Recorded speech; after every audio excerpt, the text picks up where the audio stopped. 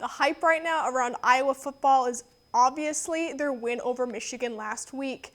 Katie Sextro has more on how the team is feeling and how they're moving on from a win like that in order to prepare for next game. After coming off a huge upset against Michigan last week, the atmosphere around the practice facility is a little more upbeat than it has been. And that game was a much-needed confidence boost moving forward. Obviously the mood's pretty good. Everybody realized that we can play with a lot of guys now, but it's the same as last week. We want to come out and we know that we just need to compete every play and stay focused instead of looking forward or looking behind us now. Yeah, I mean, it boosts your confidence a little bit, especially such a great team like them. But we just got to be ready for this next week. Stay focused, understand what the positive things we did during last game, and understand what we can still work on. Like we did against Penn State, we put that one past us, put a tough loss behind us. We got to put that win behind us as well, and move on to Illinois. And we've done that, and we've had a couple good days of practice so far, and we just got to move forward and be focused and ready to go Saturday. It's going to be the same thing this week, probably a bigger challenge in some ways, because last week our guys were out. They're out there every day, and last week I'm sure they were hearing some negativity. Just guessing they were.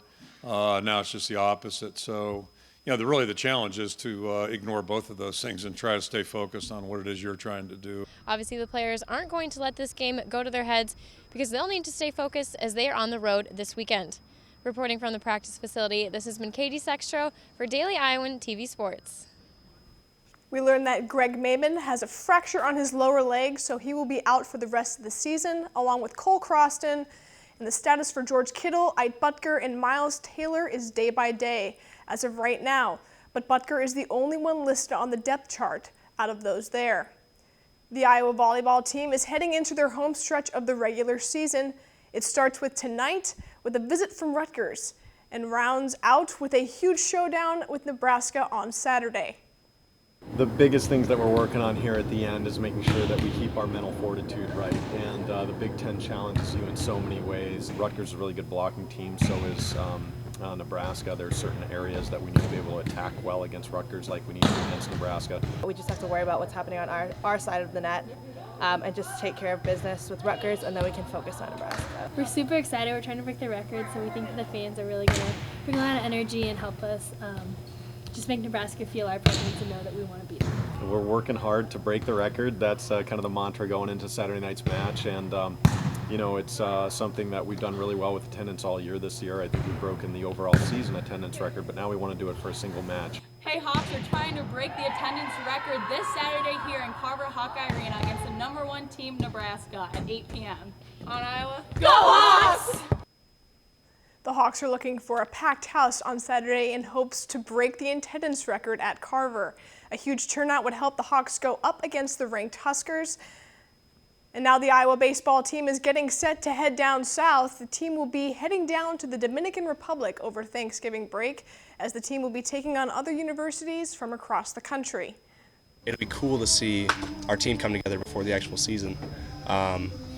We've never really had this opportunity before, and it's a great chance for everybody to come together and work on that team culture, team chemistry before the season actually starts.